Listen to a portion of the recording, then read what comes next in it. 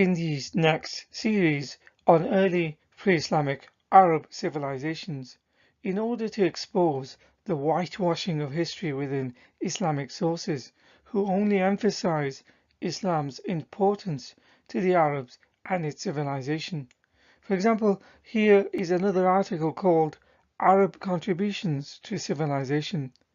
It only talks about the Islamic period and how, quote unquote, the Arab civilization brought together Muslims, Christians and Jews, going on to say how it unified Arabians and other nations. This is not true, as evidenced from Islam's very own sources. Further reading can be done in the book Islam the Honest Truth, and also viewing these video series. Islam was detrimental to the Jews and Christians who were persecuted by Muhammad and by the subsequent Muslims who followed in his footsteps. Jews and Christians were completely driven out of the Arabian Peninsula. That said, Muslims were not even united amongst themselves, with a constant infighting and killing from the very beginning of Islam. Nonetheless, the article then goes on to mention the years between the 7th and 13th centuries when talking about Arab civilization, completely disregarding the Arab history before Islam and the civilizations that existed in Arabia that made huge contributions to human civilization. In Muslim majority countries, Christians are still persecuted even today in many parts of the world, as these and many other research show. In the year 2023, there are still no churches or synagogues in Saudi Arabia. In contrast, in non-Muslim majority countries, mosques are set up wherever Muslims live. In this article by renowned historian and professor who is of Jewish origin, Dr. Simon Sharma, who taught at Oxford, Cambridge, Harvard, and currently at Columbia University, he mentions, as found from within Islamic sources, how Muhammad massacred Jews.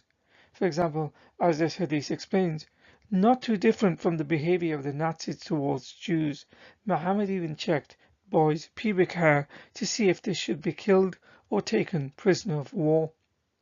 Question: even if the adults engaged in battle, what is the logic in killing innocent boys who had just grown pubic hair? At any rate, in this article, Professor Sharma correctly mentions how, according to Islam, Jews and Christians have the status of tolerated inferiors called dhimmis. This is hardly respecting and uniting people. After all, Muslims would not like it if they were the tolerated inferiors in any society, so why should anyone else accept it from them? After having dismissed the claims that Islam and Arabs gave rise to its civilization and how it benefited everyone, another important pre-Islamic Arab civilization, completely disregarded by Islamic sources when talking about its contribution to civilization in a positive manner, from which there are many, but for the purposes of this video, a cursory mention of the Sabian kingdom will be done.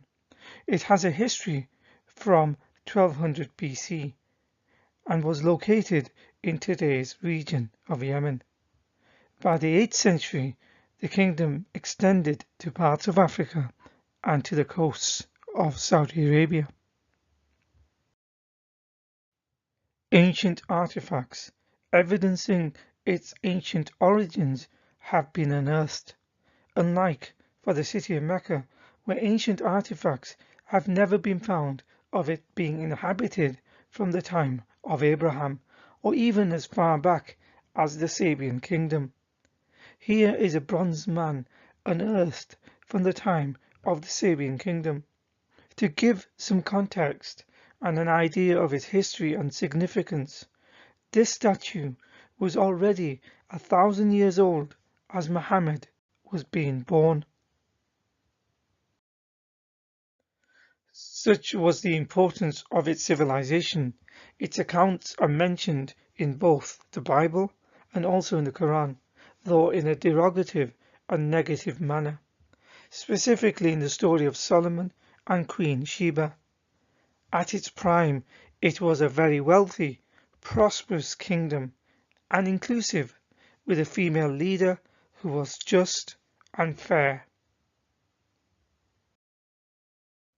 As the Sabian kingdom was one of the most important Arab civilizations before the arrival of Islam, here is a master's thesis with the title Tracing the Genesis of Arabian Civilization in Sabian Kingdom. It's written by a Muslim acknowledging its role as being the antecedent to later Arabian civilizations. Such was the prosperity of the kingdom that the land was known as Arabia Felix, which means fortunate or prosperous Arabs, so named because it was an area known for wealth, innovation, and elaborate palaces. More on the historical evidence citing the prosperity of the region from ancient historians will be shown in a future video. For preliminary reading, here is a book called Arabia Felix from the time of the Queen of Sheba, published by University of Notre Dame Press. In terms of its technological advancements, they built the world's first dam. References to its breach, flooding, and the subsequent devastation are briefly mentioned in Quran 34:16. Ironically, its wonder as a major architectural building is never mentioned. Here is a picture of the ruins of the Great Dam in 1988.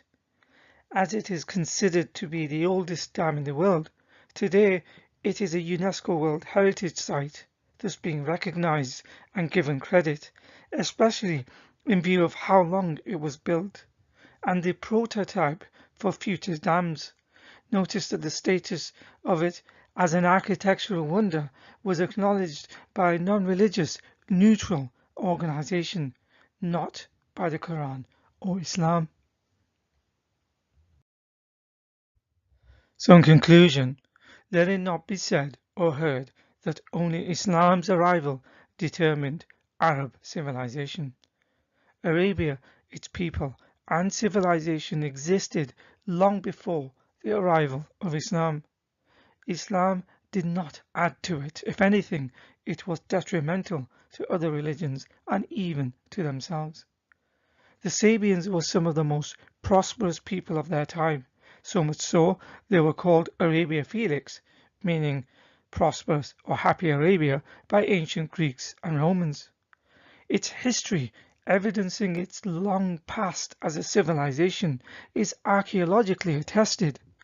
The same cannot be said for the city of Mecca or the claims found within the Quran or Islamic sources for its own religion.